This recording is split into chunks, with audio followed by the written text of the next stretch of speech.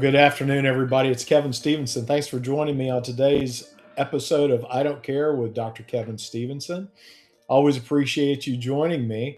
And today I'm very excited about my guest. He's someone who I've gotten to know over the last few months, and am very excited to be doing some things with his organization coming up in the next couple of months. Please help me welcome Dr. Hubert Zajicek of Health Wildcatters. Hubert, good to have you on I Don't Care. Thanks for having me. I'm looking forward to having you more involved in our shop and talking to you here. Sounds great. Hubert, tell my folks a little bit about you. I found your background incredibly fascinating. And tell everybody about Health Wildcatters. Yeah, I'm a physician by training from Austria. Came right after medical school, spent a few years in science at UT Southwestern, was on faculty there, had NIH grants, all that good stuff. So kind of on purpose stayed in science, basic science really. So really labs, but got to see a lot of stuff in that time period and enjoyed it greatly. Then I got my MBA at SMU, and that kind of opened the doors to entrepreneurship for me. And so that's on the personal side. Worked for an incubator for a few years, and then started Health Wildcatters 13 years ago. So here in Dallas, at the time, there were a few healthcare-only seed accelerators in the country, and we were one of the first. And on the concept of Health Wildcatters, we are a healthcare seed accelerator and seed fund, backed by now over 200 angel investors and family offices. So it's angel investors and early stage VCs are involved in this. We invest in pre-seed healthcare startups of all stripes, which includes medical devices, of course, health IT, digital health, pharma, tech-enabled services, healthcare consumer goods. So we're very broad. Of the 4 partners, we're all angel investors. We invest in each of our little funds. And so the idea is kind of like if we get together, not just the 4 of us, but 20, 30 people a year that invest a few high-risk dollars, and then we look at the best startups that apply to us. We get over 500 applications every year now, and whittle that down to basically 10 that we'll work with in the fall for 3 months. So it doesn't end at 3 months. This isn't just investment, it's a relationship. And we have 100 programming points. We make a small investment in these startups. We might make a second investment, but we're not going to be their funder. We're really just there to help them calibrate what the market expects, how to tell their story, and also connect them to some high value players that could help them with sales or whatever it is they need. So that's quite actually different for some of these startups. Very good. Well, let's get started. I've got a few questions that I'd like for us to hit over the next half hour. The first thing is, you and I both know healthcare is incredibly regulated, and it's capital intensive and very relationship driven. So what does a credible healthcare founder look like today? And how can a first-time entrepreneur really build credibility quickly? In healthcare, our entrepreneurs are more likely to be in their 30s, 40s, and above than in their 20s. Now, we've had successful and wonderful people in their 20s join as well with startups. But I think this stems from the fact that, number one, healthcare is more complex, so you kind of have to have seen stuff. Our typical entrepreneur has seen things, had a professional career, or has a professional career, and is now willing to risk their own time and money to start something, to do something about the things they've seen out there that don't work properly or that they think they can improve upon. That's number one. So somebody who does not have a healthcare background whatsoever, it gets a little bit more complicated with such individuals. And I would say that would not be our typical entrepreneur these days. We've had a few, but there is an element. We like to see someone involved in a team that has a deep healthcare expertise of some kind that's relevant. We certainly want fresh blood and fresh ideas and new ideas and different backgrounds involved. That's all great. But ultimately, somebody on the team needs to have really, really understood the problem personally or professionally or both. Um, but professionally is not so optional because like you said, there's a lot of trip hazards, and Mhm. you can't just say, "Oh, we'll do this FDA thing later," or we might skip it or something. So Yeah. So I know you've seen hundreds of pitches over the years. So what's the most common founder blind spot that ultimately kills a promising healthcare startup and idea?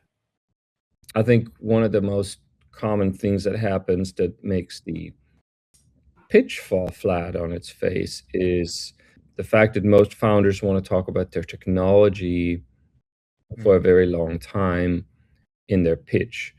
And the Mhm. reality is, well, of course, no, I mean, let's be real, it's very, very important, but it's not important for me in a 5-minute pitch to understand every little bit about your technology. Yeah.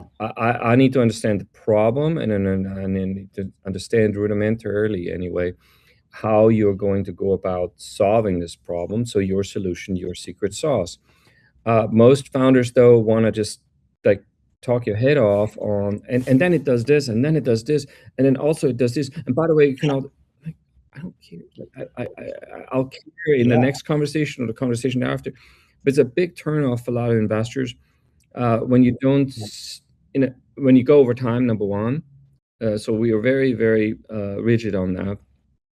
And that Mhm. is also one of the reasons our startups can show up in a lot of pitch competitions do really well. 5 minutes Mhm. is over, and they are on their last slide finishing their sentence.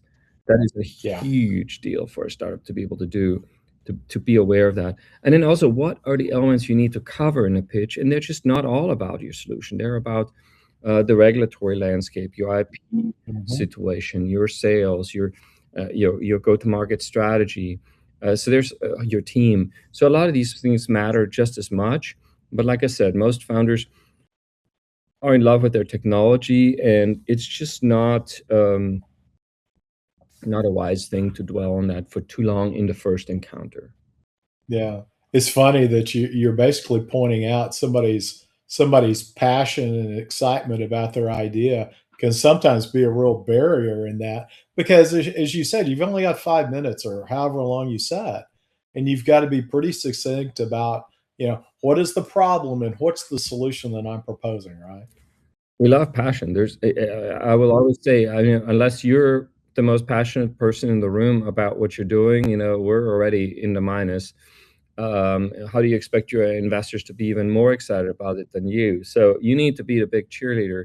But if this falls into the category of real world and realism and also respect for others, you going on and on about your thing, why do they need to know that the 3 different ways in which this material can be fabricated? It's not relevant for a first conversation. We can, in due diligence, those things are being covered. So it's really a test, and the 5-minute pitch or initial conversation tells you a lot about how this is gonna go, because even if you do have Mhm. that massively amazing new innovation, but you have no concept of how to bring it to market, were you expecting me to invest? I can't. I have to have you be realistic about that, and so that's, there are a lot of little things that we pick up on in the pitches, that tell us things, and that passion, can also mean that you're a passion warrior. By the way, some Mhm. people say this and mean it in a good way, and it can be read both ways. You can say something along the lines, "Well, I will never stop. This is my mission." And believe it or not, that is not necessarily a positive thing. I need you to, if everyone tells you this is nonsense, stop, look around, maybe pivot, do something else, or adjust. Don't and so sometimes also it can mean somebody has already got enough resources, so you're now on part of this journey that will take 30 years and probably never get anywhere Mhm. because you're passionate about it. So it is unfortunately true that some people can just be so in love with their technology that, uh, they don't attribute much value to the rest when you gotta be able to get it in front of patients, you gotta get it through FDA, so a lot of other things matter greatly. Yeah. Well, it's funny in some of the organizations that I'm advising in my practice, I'm finding the very same thing. People are very passionate about a solution, and I had to tell one company, this problem, there are multiple people solving it the exact same way you are. You're not bringing anything new to the table. And they just didn't want to hear that. They were so dead set on, hey, we're going to solve it our way. I said, but your way's not new. And so I'm sure you and your partners find a lot of times that you're just coaching these entrepreneurs to continue to hone a solution that's going to make sense for an investor and an end user, right? Uh, yeah, I mean, um, we in the program, what we aspire to do is to expose them to any conceivable blind spot they might have. And those, ideally, the team has at least two members. I think it's hard to do something completely by yourself and to be the production manager, the IP person, the salesperson. Obviously, you got to wear a lot of hats, but it's really, really great if you have one other person and you've got some complementary skills going. But so we try to shine a light on every conceivable blind spot, and we're doing this in a group of 10 or so, 8 to 12 startups a year. Mhm. And so you might see something in somebody else and say, "Oh, actually, I need to pay attention to that," even if you weren't asked. Or you see others pitch and you say, "Oh, I'll never do it that way," and then you realize you catch yourself doing the same thing. It's like, "Oh, okay." So you learn a lot through Yeah. observing the others and being in this cohort, as well.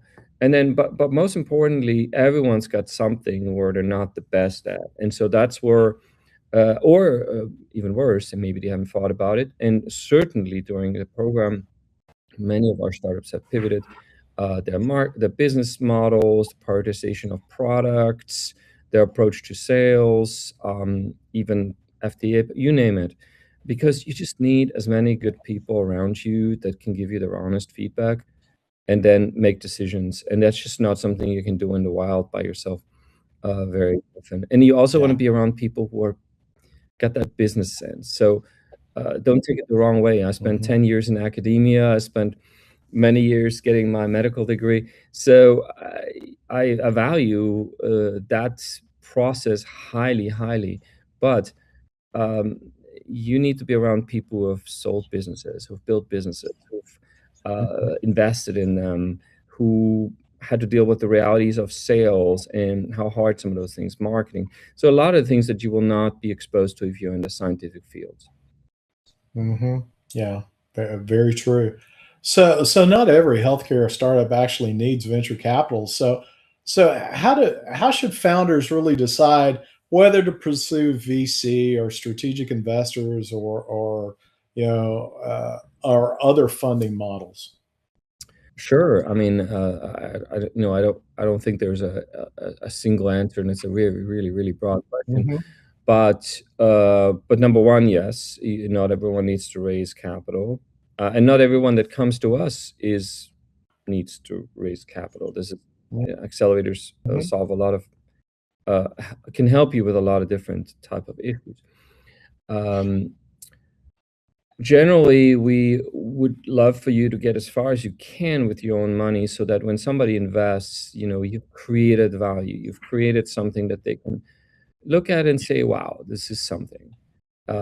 It's very rare that you can show up with a sketch on a napkin and say, "Here's my idea, and now give me money." I know people who can, and that's because of who they are and because of what they've done before.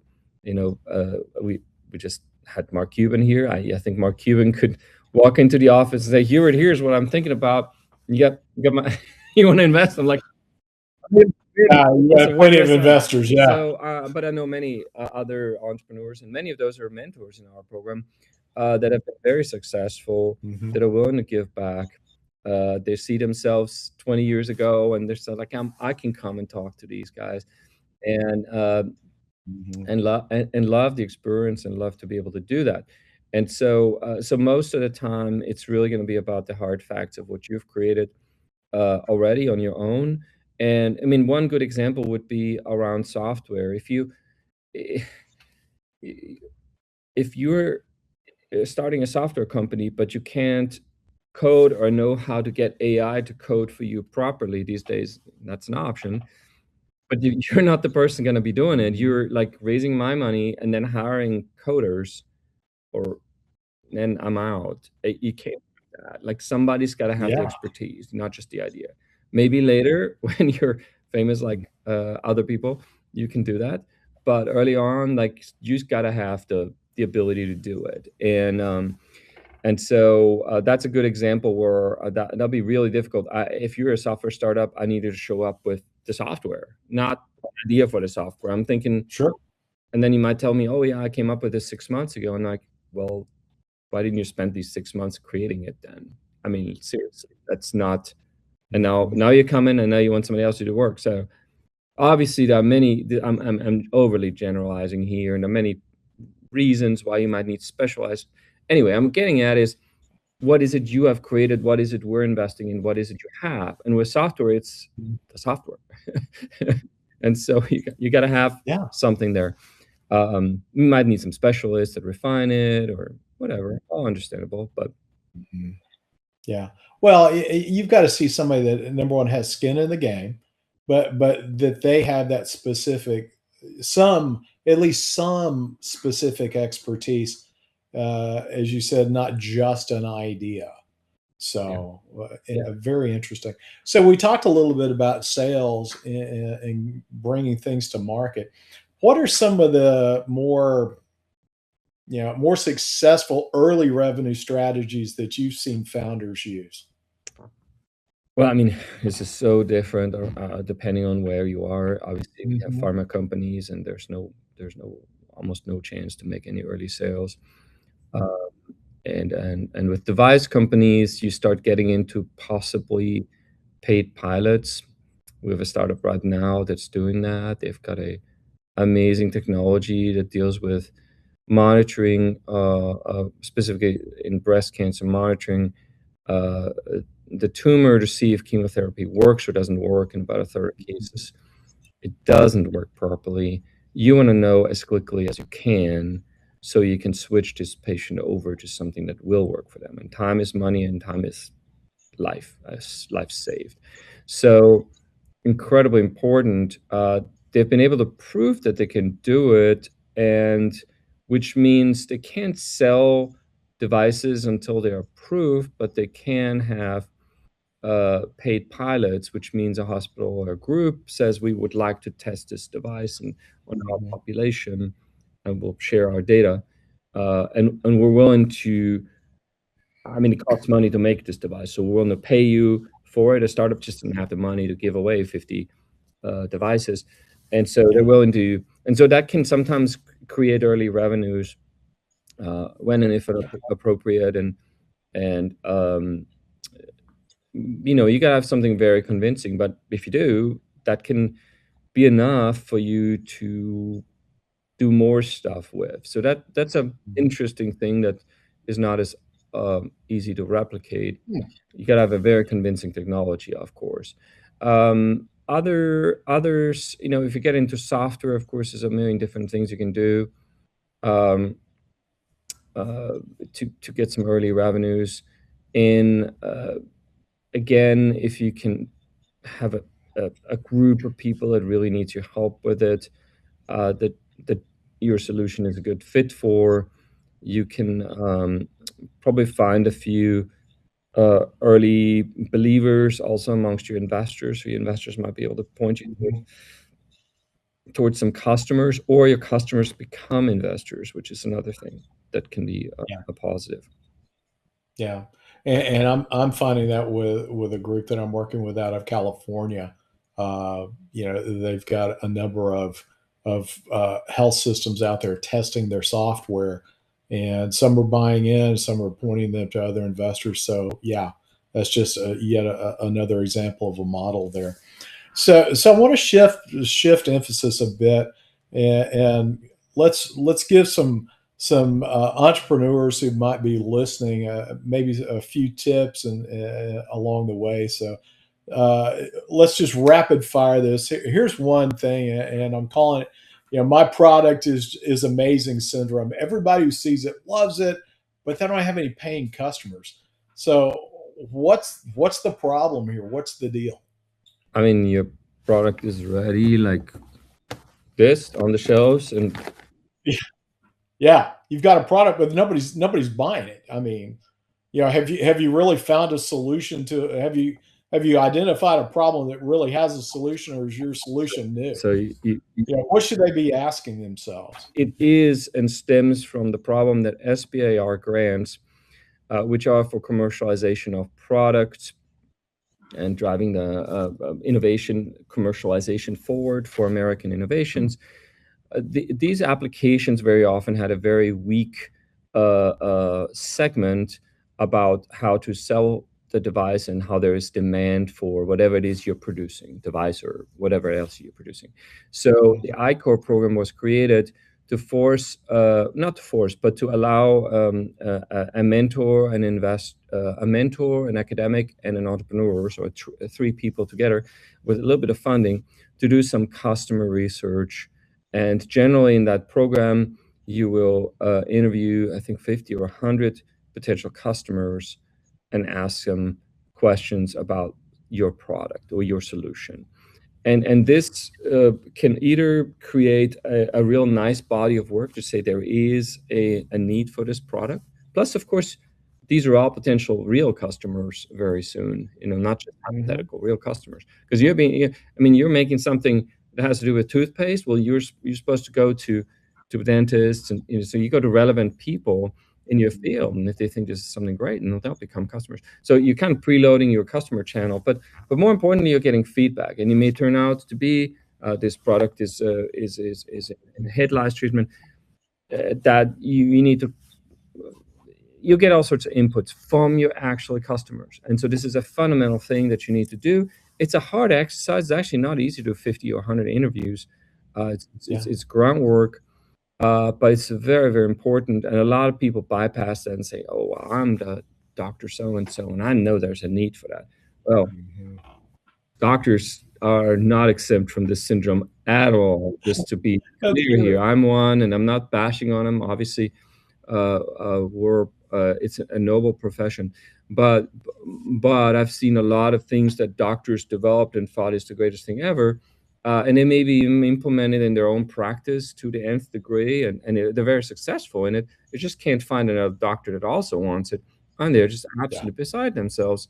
And it turns out that their workflow was completely different from everyone else's, and it was custom made for them, the solution, and others just don't buy into it. So it would be very, very helpful to have gotten this kind of insights early, and or to make the adjustments necessary so that your solution that's tailor-made for you includes the other 49 people's opinions as well, so you can broaden it a little bit and say, oh, maybe we need to make this interface a little bit more. I'm talking like software type of program, or like this, or also include this, and this is what I hear. So it's not just your own little bubble that answers the question, because they'll often ask their own staff and colleagues and everything. They all nod their heads and they're all friendly and nice, but you need real feedback. So yeah, you're stuck in an echo chamber. You're hearing what you want to hear from people who are giving you what you want to hear. Yeah.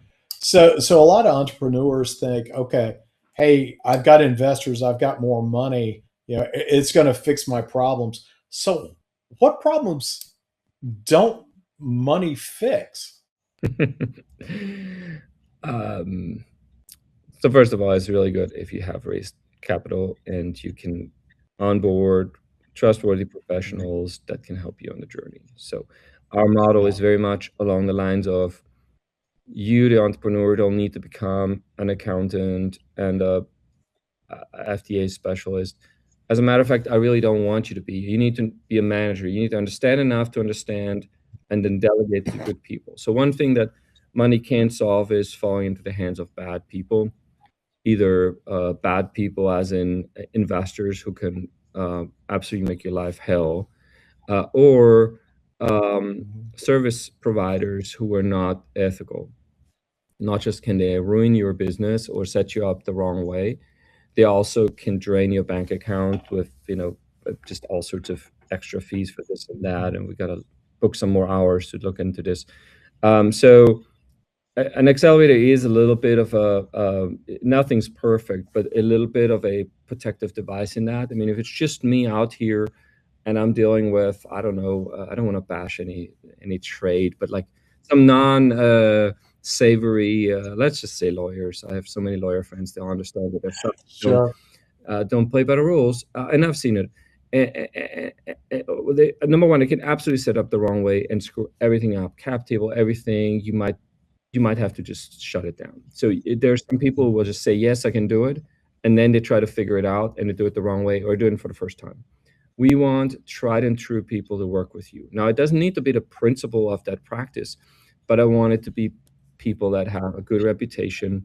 And of course, if you want to save a little bit of money, you get the junior folks involved in the groundwork, but you got supervision and you get a brand name of a law firm that backs you on the product.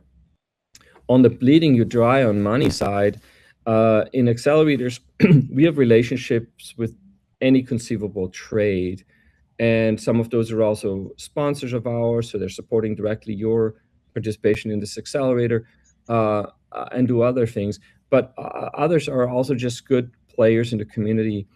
And so Accelerator allows you to be not just the only person that now goes and says, hey, I need some legal services, and heaven forbid you fall into the hands of someone who is behind 3 months on their mortgage payment, and it's now you get to pay that because they'll make sure they bill you enough for it. Oh, yeah. So because if you go to someone that has a relationship with us or any other organization like us, then the implication is like, well, this organization hasn't spent years to build a relationship with this accelerator that might be a path to many, many clients or whatever else they wish to have, sales, to screw it up with one startup where they just start draining their bank account. Because when they do that, as an individual, you by yourself, what are you going to do?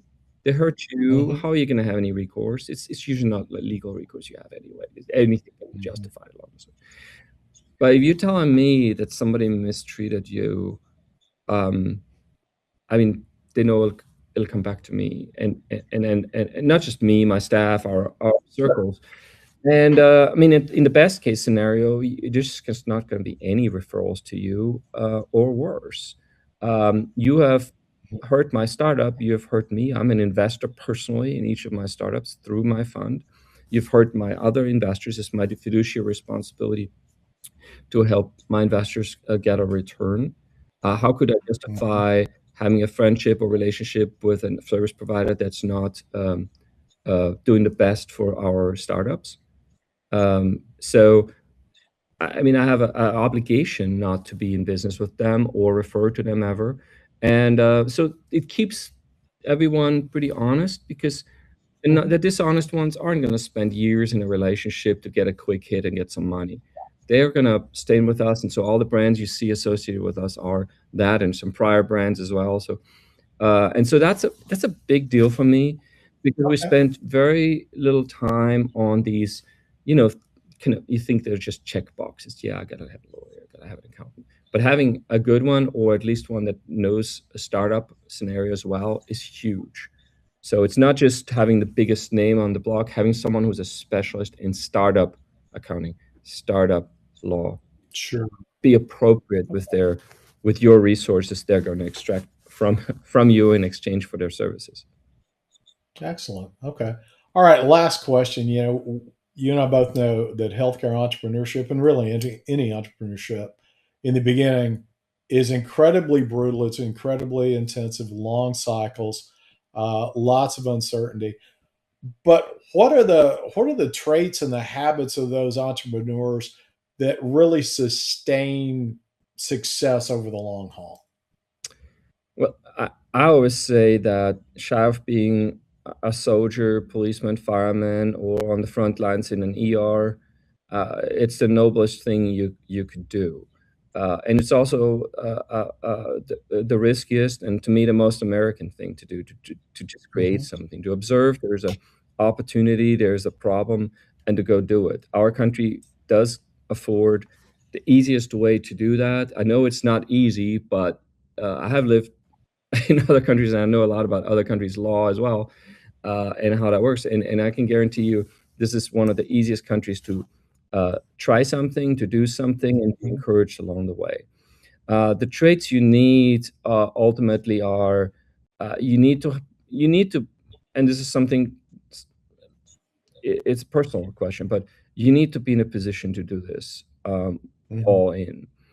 And that may mean that you may need to wait until your kid's a little older, or that maybe your spouse is in a situation where he or she earns a steady paycheck, and you have saved some money to make up the bogey. So we it needs to be the right time, and of course, nobody wants to wait, but you can work on those situations, and you can work on that situation and seeing what would be appropriate. So you just need to have a mind for it. It's not gonna happen in 3 months, or even 6 months in almost all cases. And so this is gonna be years and years and years that you will be in this. As much as you think this is a 2-year engagement and you'll sell, you have to be realistic around the realities of startups, especially in healthcare, which are taking even longer to an exit than other startups.